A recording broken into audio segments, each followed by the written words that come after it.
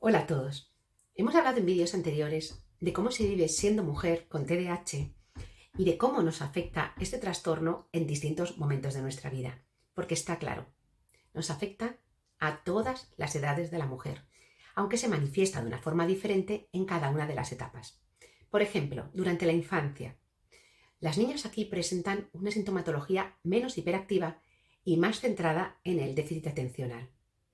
Pero en la pubertad, entre los 10 y los 14 años, las desregularizaciones hormonales ya aparecen, incrementan la sintomatología del TDAH. Y en la adolescencia, entre los 14 y los 18 años, se intensifican y hacen que el trastorno sea más evidente. Y aquí está la principal diferencia en cuanto a la manifestación de los síntomas en hombres y mujeres, en las desregularizaciones hormonales que nos afectan a nosotras y que pueden dar lugar a cambios de humor, irritabilidad y reactividad emocional. Hoy quiero centrarme en la menstruación y en cómo este ciclo afecta a las niñas durante la pubertad y la adolescencia.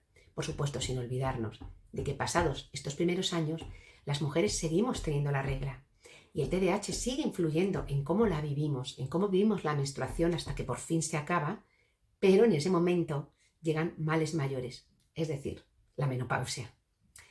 La mayoría de chicas con TDAH, cuando sienten que se acerca la menstruación, también notan cómo sus síntomas del TDAH se acentúan. Y esto ocurre porque los incrementos hormonales durante el síndrome premenstrual tienen repercusiones en algunas situaciones químicas de nuestro cerebro que ya de por sí están afectadas por el TDAH. Para entender bien todo esto, vamos a recordar brevemente qué es el estrógeno y qué función tiene. Ni más ni menos que es la hormona sexual de las mujeres, la que facilita la comunicación entre las células de nuestro cuerpo. Hay células con receptores de estrógeno que tienen funciones que se activan o se desactivan en contacto con esta hormona. Si el estrógeno está en niveles bajos, evidentemente estas células no se activarán todo lo deseable. Por si esto no fuese suficiente, también actúa sobre la zona del cerebro que rige las funciones ejecutivas, que como bien sabemos son las que nos permiten organizarnos y realizar las tareas del día a día. Es decir, sin estrógeno tenemos un verdadero problema. Y tristemente esta es la situación habitual en las mujeres con TDAH, niveles de estrógeno bajos. Con la regla, este problema por supuesto se va a multiplicar por 2. Volviendo a la regla, sabemos que durante las 2 primeras semanas del ciclo menstrual los niveles de estrógeno están altos y esto hace que las mujeres controlemos mejor nuestros síntomas del TDAH gracias a este subidón. Pero al final del ciclo los niveles de estrógeno caen y esta bajada provoca evidentemente que los síntomas de nuestro TDAH empeoren. Porque como hemos dicho, si la hormona del estrógeno está de vacaciones, tampoco van a funcionar esos receptores del cerebro que liberan neurotransmisores fundamentales para nosotras, como la serotonina, que es la que hace que nos sintamos felices, o la dopamina, que nos aporta esa sensación de placer y de relajación, o la norepinefrina, que regula nuestros impulsos, nuestro sueño, nuestro apetito, nuestro aprendizaje. Es decir, el estrógeno se va de vacaciones y se lleva en la maleta a nuestras mejores amigas. Nos quedamos tiritando porque encima nos deja a nuestros peores enemigos por si acaso nos sentimos solas. La fatiga, la depresión, la irritación, los cambios de humor, entre muchos. Es decir, el ciclo dura 28 días, 4 semanas, conocidas las 2 primeras como la fase folicular, en la que los niveles de estrógeno aumentan constantemente y liberan en nuestro cerebro esos neurotransmisores tan estupendos, mientras que los niveles de progesterona aquí están bajitos. Estamos de lujo, como en un resort en el Caribe con nuestra pulserita del todo incluido. Pero llegan la 3ª y la 4ª semana, la fase lútea. Aquí la progesterona ha aumentado y ha hecho que los niveles de estrógeno en nuestro cerebro hayan disminuido. Por lo tanto, mayor irritabilidad, alteraciones del estado de ánimo, del sueño, de nuestra concentración. ¿Qué consecuencias tiene todo esto en las mujeres? Evidentemente malas. Las niñas y mujeres con TDAH tienen un síndrome premenstrual mucho más agudo que las que no tienen la afección. El caso de las adolescentes con TDAH es aún más complicado. Si ya de por sí es difícil manejar los sentimientos en cualquier niña, sumémosle TDAH y sumémosle la regla, y esto se ha convertido en una película de terror. Lo mismo ocurre con la hiperactividad emocional. Las niñas con TDAH son más hiperactivas emocionalmente que niñas neurotípicas, y el síndrome premenstrual también participa en esta característica, así que la suma de ambas hace que muchas niñas sean especialmente vulnerables y es probable que exploten o pierdan el control emocional. Por otro lado, la menstruación, por supuesto, también es un motivo de ansiedad relacionada con nuestra imagen corporal, no solo las niñas, sino ya las mujeres adultas. Todos estos elementos trabajan juntos para crear la tormenta perfecta de autoconciencia y autoestima en caída libre, que ya de por sí está baja cuando tenemos TDAH. Y para ellas también los síntomas premenstruales como la depresión, calambres, fatiga, el estrés, son muchos más intensos si tenemos TDAH.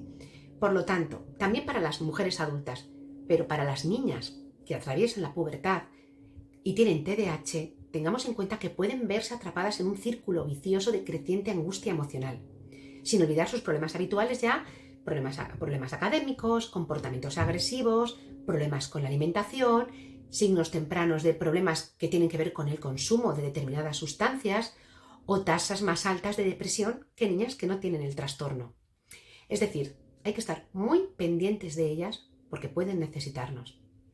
Lo mismo ocurre con las mujeres adultas. Su síndrome premenstrual es más agudo que para el resto.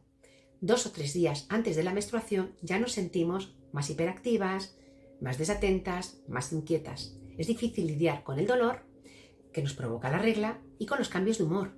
Dejemos a un lado los problemas típicos de la adolescencia. Todo lo demás, prácticamente todo lo demás, permanece igual durante la menstruación de las mujeres. Lo bueno es que con los años aprendemos a manejar estos problemas con la cabeza más fría. Y si además tenemos la suerte de estar diagnosticadas, todavía podremos gestionarlo mucho mejor, aunque bien sabemos que no es el caso habitual. La edad media del diagnóstico en las mujeres que tienen la suerte de diagnosticarse es de 38 años. No olvidemos que con los cambios hormonales, especialmente con los niveles de estrógeno bajos, los medicamentos para el TDAH pueden perder parte de su eficacia. Si vemos que todo esto se descontrola, tendremos que hablar con nuestro médico para ajustar la medicación en el caso de que la estemos tomando y hacer que esto sea menos doloroso. ¿Qué más podemos hacer? Bueno, es interesante llevar un registro de qué síntomas tenemos y cuándo se producen durante nuestro ciclo menstrual, y así podremos identificar un patrón. Algunas mujeres tienen problemas solo 1 o 2 días al mes, o la semana antes de que comiencen sus periodos. Los síntomas del TDAH de otras mujeres empeoran durante aproximadamente 10 días durante la fase lútea, es decir, cada una los vivimos de una manera, pero es importante identificar ese patrón. Durante los días en los que estamos peor, podemos evitar determinados eventos sociales o presiones sociales que son imprescindibles. Sabiendo qué días son los más complicados, también podemos cuidarnos más en esos momentos. Por supuesto, comer sano, intentar dormir más, darnos algún capricho para compensar, cuidarnos mejor en definitiva.